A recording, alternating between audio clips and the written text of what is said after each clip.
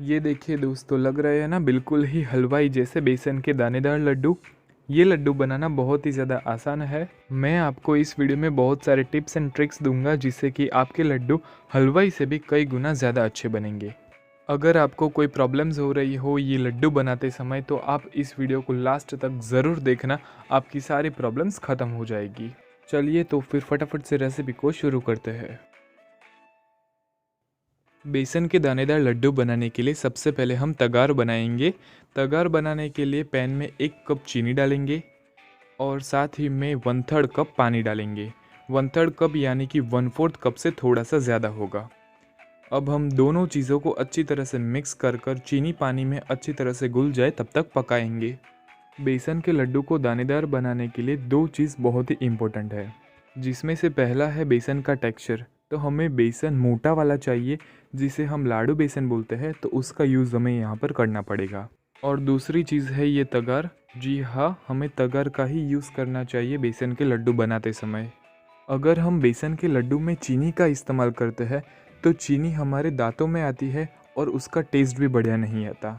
लेकिन चीनी की जगह तगार का इस्तेमाल करेंगे तो तगार एकदम ही फूली फूली और हल्की होती है, जिससे कि हमारे लड्डू का टेस्ट बहुत ही बढ़िया आएगा।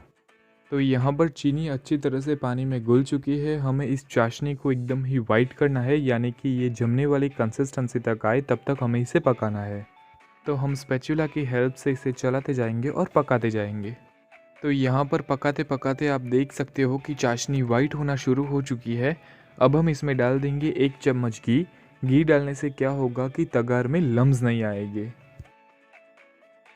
घी को अच्छी तरह से मिक्स कर लेंगे और चाशनी को एकदम ही वाइट होने तक पका लेंगे।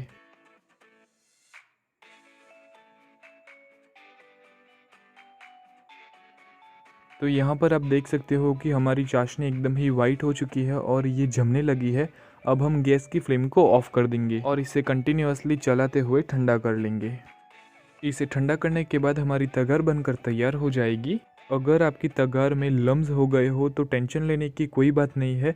आप लम्स को हाथों की हेल्प से तोड़ दीजिए या फिर एक बार मिक्सी में घुमा दीजिए और फिर एक थोड़ी सी बड़ी छन्नी की हेल्प से उसे छान लीजिए। आपकी परफेक्ट तगार बनकर तैयार हो जाएगी। तो यहाँ पर मैंने तगार को एक बाउल में ट्रांसफ़र कर दिया है और आप देख सकते हो कि हमारी तगार एकदम ही परफेक्ट बनी है। चलिए तो फिर यहाँ पर हमारी बेसिक प्रिपरेशन कंप्लीट हो चुकी है। अब हम बेसन के लड्डू बनाएंगे। तो सबसे पहले पैन में डालेंगे 2 कप बेसन। यहाँ पर मैंने लड्डू बेसन यानी कि जो मोटा वाला बेसन आता है उसका इस्तेमाल किया है। अब हम बेसन को कंटिन्यूसली चलाते हुए 2 से 3 मिनट तक ड्राई रोस्ट करेंगे, एकदम ही स्लो फ्लेम पर। बेसन को इस तरह से ड्राई रोस्ट करने से क्या होगा कि कई बार बेसन पुराना होने की वजह से इसमें ऑफ स्मेल होती है, तो इस तरह से हम ड्राई रोस्ट करेंगे तो वो ऑफ स्मेल निकल जाएगी। तो यहाँ पर मैंने बेसन को 3 मिनट तक ड्राई रोस्ट कर लिया है। अब हम इसमें डाल देंगे घी। तो यहाँ पर मैंने 2 कप बेसन के सामने हाफ कप घी लिया हुआ है, तो घी इसमें डाल देंगे। अभी मैं सिर्फ आधा कप घी का इस्तेमाल कर रहा हूँ। अगर हमें ज़रूरत होगी तो बाद में थोड़ा सा और घी इसमें हम डाल देंगे।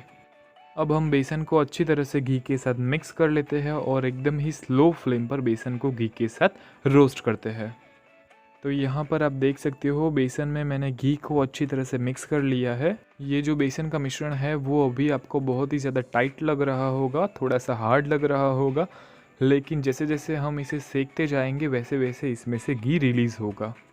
बेसन का कलर थोड़ा सा डार्क हो जाए और इसमें से एक अच्छी सी खुशबू आना शुरू हो जाए तब तक हमें इसे एकदम ही स्लो फ्लेम पर कंटिन्यूसली चलाते हुए रोस्ट करना है। बेसन को अच्छी तरह से सेकना वो बहुत ही इम्पोर्टेंट स्टेप है। अगर हम बेसन को अच्छी तरह से नहीं सेकते हैं तो लड्डू खाते समय एक कच्चा टेस्ट आता है, साथ ही में लड्डू हमारे गले में चिपकते हैं। इसी वजह से हमें बेसन को एकदम ही पेशेंस के साथ रोस्ट करना है। अब हम इसमें डाल देंगे थोड़ी सी हल्दी।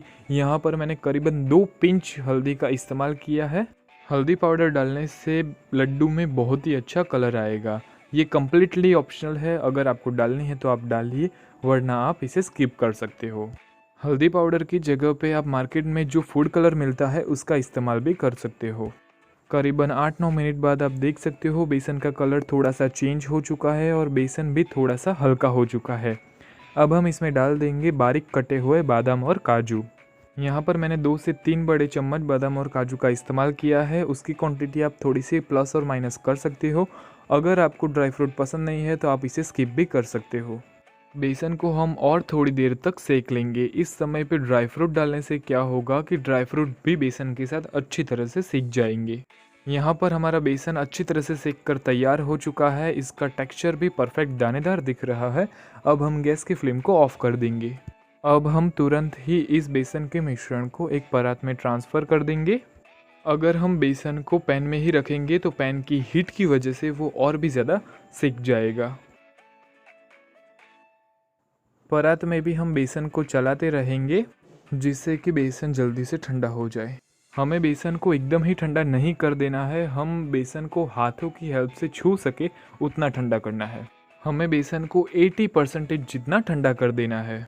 अगर हम गरम बेसन में तगार ऐड कर देंगे तो तगार पिघल जाएगी और हमारे लड्डू अच्छे नहीं बनेंगे। अगर हम बेसन को एकदम पूरा का पूरा ठंडा कर देंगे और बाद में तगार ऐड करेंगे तो बेसन के लड्डू बाइंड करते समय, लड्डू बनाते समय तकलीफ़ हो सकती है।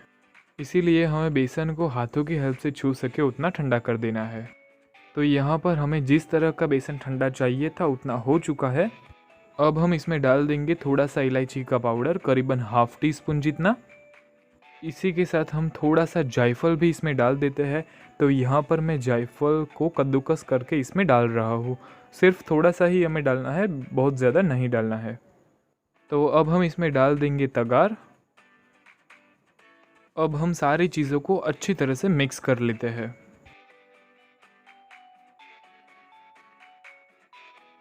यहाँ पर सारी की सारी चीज़ें अच्छी तरह से मिक्स हो चुकी है और ये मिश्रण मुझे हल्का सा ड्राई लग रहा है, इसलिए हमें इसमें डाल रहा हूँ 2 टीस्पून जितना घी, मेल्टेड घी डाल रहा हूँ। अब हम घी को अच्छी तरह से मिक्स कर लेंगे। तो मैंने चम्मच को साइड में रख दिया है और अच्छी तरह से हैंड वॉश करने के बाद हाथों की हेल्प से हम सारी चीज़ों को मिक्स कर लेंगे। तो यहाँ पर मैंने सारी की सारी चीज़ें अच्छी तरह से मिक्स कर ली है और ये बेसन का मिश्रण परफेक्ट है हमारे लड्डू बनाने के लिए। तो अब हम इससे लड्डू बना लेते हैं। तो हम थोड़ा सा मिश्रण ले लेंगे हमारे हाथों में और इस तरह से मुट्ठी में प्रेस करते हुए लड्डू बना लेंगे। जितने मोटे या फिर जितने छोटे लड्डू आपको चाहिए उस साइज़ के आप लड्डू बना सकते हो। हमारे लड्डू तो बन रहे हैं, तब तक अभी तक आपने मेरे चैनल को सब्सक्राइब न किया हो तो प्लीज़ सब्सक्राइब कर दीजिए ऐसे ही नई अमेजिंग वीडियोस के लिए। साथ ही में बाजू में दिखाए गए बेल आइकन को ज़रूर से प्रेस कीजिएगा जिससे कि मेरे आने वाले वीडियो की नोटिफिकेशन आप तक आती रहे। और तो और मेरे वीडियो को लाइक कीजिए और फ्रेंड्स एंड फैमिली में शेयर कीजिए। तो ये लीजिए, यहाँ पर हमारा पहला लड्डू बनकर तैयार हो चुका है। दिखने में परफेक्ट दिख रहा है और टेक्सचर भी परफेक्ट दानेदार दिख रहा है। तो अब हम इसी तरह से हमारे सारे के सारे लड्डू बनाकर तैयार कर देंगे। तो इसी तरह से यहाँ पर मैं एक दूसरा लड्डू आपको बनाकर दिखा देता हूँ। तो लीजिए, ये दूसरा लड्डू भी बनकर तैयार है। इसी तरह से हम सारे के सारे लड्डू बनाकर तैयार कर देंगे। तो लीजिए दोस्तों, यहाँ पर हमारे परफेक्ट दानेदार लड्डू बनकर तैयार हो चुके हैं। ये लड्डू हलवाई से भी कई गुना ज़्यादा अच्छे बने हैं। तो यहाँ पर मैं एक लड्डू आपको तोड़ के भी दिखा देता हूँ कितना परफेक्ट हमारा लड्डू बना है। इसके टेक्सचर से ही आप अंदाज़ा लगा सकते हो कितने दानेदार बने होंगे ये लड्डू। ये लड्डू दिखने में जितने टेम्पटिंग दिख रहे हैं, खाने में उससे भी कई गुना ज़्यादा डिलीशियस है। तो दोस्तों, आप इस रेसिपी को अपने घर पर ज़रूर से ट्राई करना और मुझे कमेंट्स में ज़रूर से बताना कि आपको ये रेसिपी कैसी लगी। साथ ही में मुझे ये भी बताना कमेंट्स में कि मैं नेक्स्ट कौन सी रेसिपी आपके साथ शेयर करूँ। चलिए तो फिर से मिलेंगे एक ऐसी ही नई अमेजिंग सी रेसिपी के साथ। तब तक के लिए good bye and take care.